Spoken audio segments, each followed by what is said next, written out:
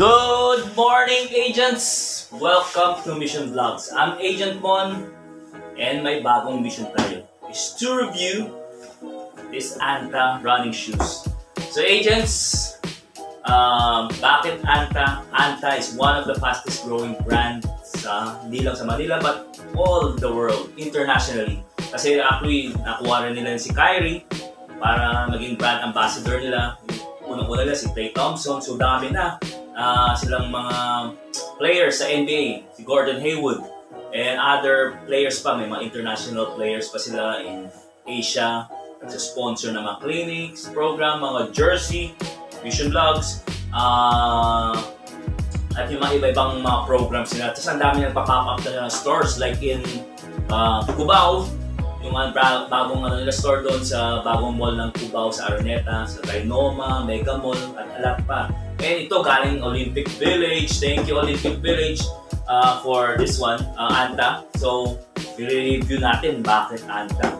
Anta kasi hindi rin marami nagpa-fake. So, yung pinakamaganda sa Anta, hindi marami nagpa-fake. Hindi gaya ng mga Jordan, Adidas, ang daming fake. Kahit original, ang dami nyo. Pagpasok nyo lang nga sa isang shoe shop na maraming Jordan, puro naka-Jordan, mga original. So, ito, angat sa iba. Yung Anta, hopefully napanood nyo isang shoes review ko sa Anta rin, pang basketball, yung Speed 0.3. Maganda rin yun, around 5,000 per discounted sa Shopee naman yun. Hopefully mapanood nyo ito. And let's get to the review. Box ng Anta, para mga recycled box, typical. Of course, may mga Anta logo, mayroon Anta QR code, Anta Chinese characters. Comment kung alam nyo to. Of course, Anta.com, and of course, shoe size US 10, made in China. Nako! Made in China pag nag-fake na nito. Sigurado ko, yung fake, parang original na rin yun kasi made in China, doble-doble, mas ano pa yun. Mukhang original yun kasi doble China eh. Eh hopefully, hindi na mag-fake kasi yung naka-fake pa lang na yun, yung kay Kyrie, Shockwave, mukhang marami na kasi siyempre kilala si Kyrie Irving. Eh yung kay Klay Thompson, parang wala pa siya nakikita eh. And hopefully ito mga ano pa nila, mga standard products na, hindi fake pa. So maganda pa. Hindi pa siya pinefake ng ibang tao. Ng mga ibang ano dyan, yung mga China. So, alika, let's check it out. Typical white paper. Ito na yung Rocket pala to. Guys, Rocket 4.0. Actually may 4.5 na, nakita ko sa Anta Shop. Price nito, 4,995, discounted 4,998. So parang half, sabihin na natin 5,000, half the price, 2,500. Ang ganda, sa Olympic Village, punta kayo doon. And look at this, Woo! Beautiful! Yun pa lang, oh. So punta na tayo sa sole niya. Rubber sole, alam ko thick rubber to. Anti-resistance, lalo na sa water, kasi sa jogging nakalagay dun sa specs nila. Ako wala nga specs dito sa loob, pero renab ko lang sa Anta official. So, thick rubber naman siya, pero feeling ko yung sa heel, medyo manipis pag medyo mabigat ng heel strikes, medyo mapupudpud. And of course, yung cushioning niya is EVA, kind of foam yan. Ako tawag na dito flash foam, parang Anta flash foam. Yung 0.5 nila, nitrogen infused. Medyo, actually puti nga yan pag nakita siya ilalim puti. Pero nakapinturo black, feeling ko na backpack yung pag-video sa long run. Tapos nakikita ko yung puti. Pero ito, EVA siya ng black talaga kahit na pudpud black yung labas niya. So maganda.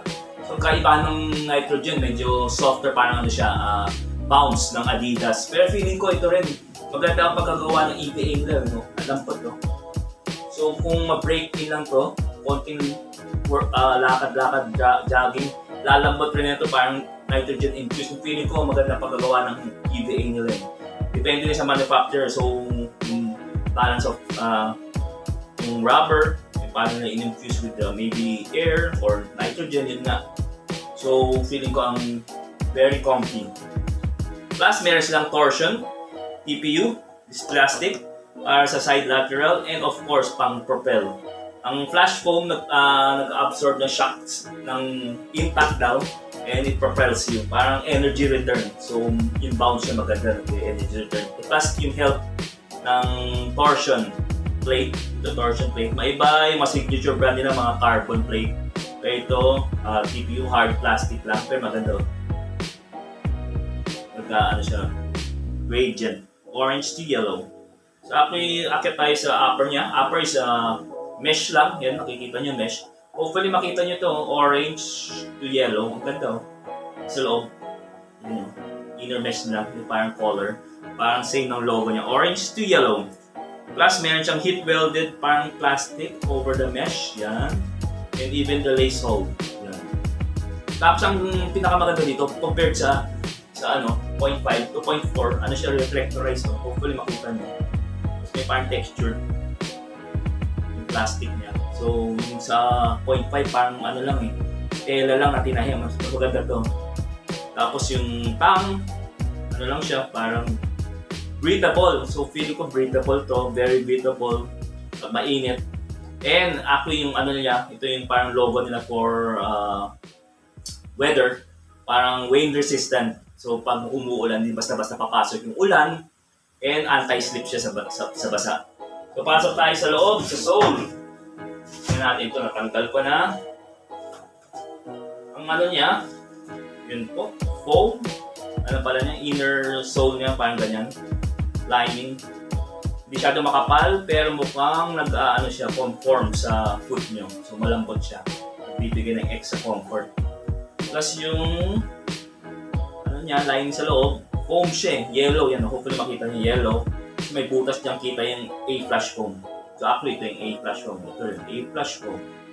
So doble-doble ang comfort, ang lambot. Plus this one, insole niya, super lambot at lightweight lang siya. Plus may cushioning sa Achilles. Hindi naman kalakihan yung Achilles tayo sa mga basketball shoes, pero sakto lang yung Achilles pillow niya. Tapos may pull tab sa back, orange. Yan po. And that's it. Hopefully, nabigyan ko ng magandang review to. Hopefully, magustuhan nyo mapunta kayo sa Olympic Village or sa Anta Shops and get one of this. Discounted na yun. Ang daming sale na yun sa Shopee, sa Anta, sa Olympic Village. Hindi lang yan sa Foot Locker. Ako ko kung may Anta pa. Walang Anta sa Foot Locker. So, may iba-ibang Tobies. Mga ibang they're definitely sa Olympic Village and Anta Shops. So hopefully mapuntahan nyo, agents. Hopefully maka-review tayo ng kay Klay Thompson, yung kay Klay na 9 or 8 na signature shoes niya, yung parang camouflage, and hopefully yung shockwave ng ni Kyrie Irving. And wala pa kasi si Kyrie Irving ng signature shoes niya. Next year pa yung feeling ko. So hopefully ma-review na natin yan. Kung hindi, kung marami ng take, baka hindi natin review.